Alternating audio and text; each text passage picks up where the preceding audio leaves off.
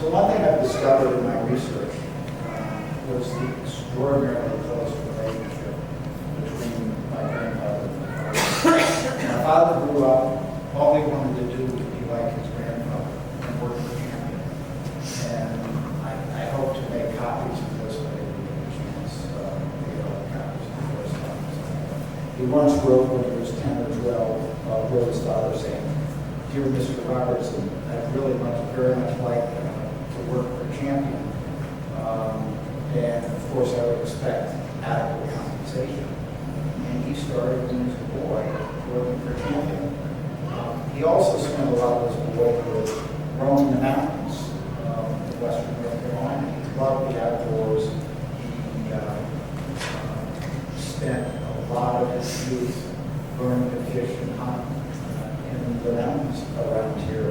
And he was always, he loved fishing and hunting and did it for the rest of his life. But this, I discovered, was a unique relationship that I don't think you I think that is in 1946 when my grandfather handed over, or 1950, when my grandfather handed over the reins of Champion presidency to my father. This is from the log that was published about my father's death, the memorial issue of the log. And they're enjoying the joke my father played on my grandfather. My grandfather wanted for their 50th wedding anniversary this band. And my father got a different band, which was my grandfather's favorite. And they both enjoyed each other so much.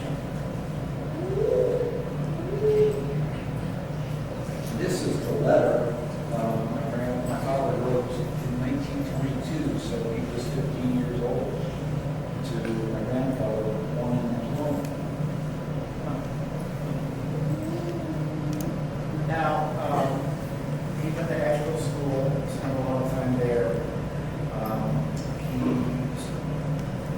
He followed his father to Yale, and he studied chemistry at Yale because he wanted to learn about the scientific aspect of paper making. Only wanted to work for Champion. But he, after his graduation, he spent the summer studying under the tutelage of Dr. Carl Schenck, who's the founder of the Biblical Forest School. And Dr. Schenck had a falling out with Vanderbilts. And my grandfather invited him up to Sunburst to reestablish his forestry school up there. My grandfather became principal. And after my father graduated, he went to Europe under the tutelage of Dr. Schenck. He moved back to Germany. And they traveled all over Europe with Dr. Schenck teaching my father about good forestry practices and the various forests all over Europe. So he really wanted to learn this business. He got back to Champion, got back to North Carolina that fall, and immediately started working for the company in the woodyard. And then over the next 8 years, he worked his way up. And I will say, it didn't hurt his rise. Well, this is part of his love of the mountains and hunting. That's a picture of my father on the right with a bear they got out of the mountains. He was an avid fisherman all his life. He loved deep sea fishing. There used to be 2 big fish he caught mounted with Frank Wilson.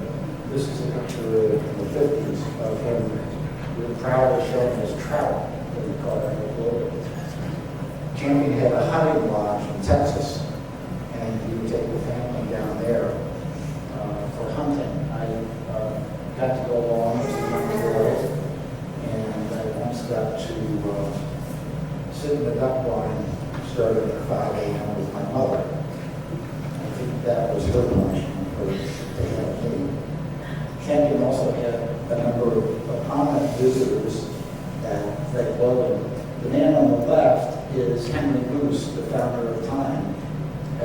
He bought a lot of his paper from Champion, and they entertained him at Lake Logan. That's my uncle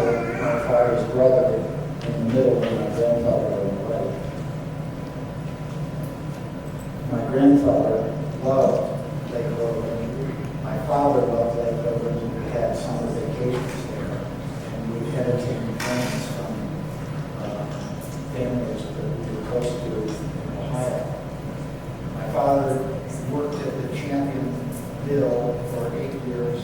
Didn't hurt that his father ran the operation there, or it didn't hurt that his grandfather was the founder of the company, or his uncles ran the company, and his mother had a lot of stock. That certainly helped advance his position in the company. But he had unusual characteristics that differentiated him, I think, from his cousins. All the sons and sons-in-law of Peter Thompson worked for the company in executive positions. And a lot of my father's cousins worked for Champion during their career. But he was different from them because he learned the business from the ground up. He got to know all the employees at the mill in Canton as my grandfather. He was an extraordinarily personable man. He just took over the room and had this very warm, engaging smile with huge dimples and made everybody feel comfortable. He was a very unusual man, but he also learned along the way. Not only did he know the business from top to bottom, but he learned along the way good management practices. So he was in a good position. They invited him to Ohio to the headquarters. At the time, there were two separate companies. One was the Ohio company, the original company, started in 1894. The North Carolina company, a separate corporation, was created to run and operate that. That was called Canton Paper Mill. They ultimately merged in the 1930s to become Canton Paper Mill. My research is that my father had an extraordinarily poor academic record at Yale. He was a very gifted athlete. He played first string on the soccer team and the baseball team. He was an all-American soccer player. He was an excellent tennis player. He has all the children learning to play tennis. And he spent so much time on his athletic endeavors and his extracurricular activities. He got very poor marks and even failed on the chemistry course.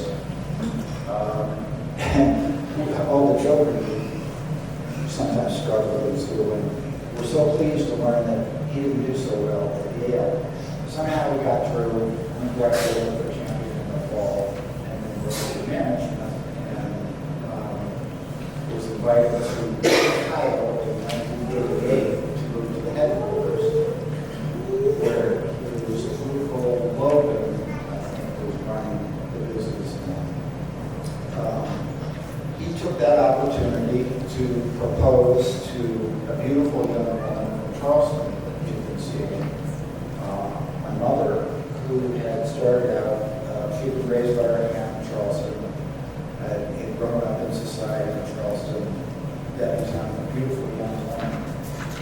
She had started an acting career and had been in theater in New York and along the East Coast. But she gave it up to marry my father, and they promptly started what became a large family. He did get around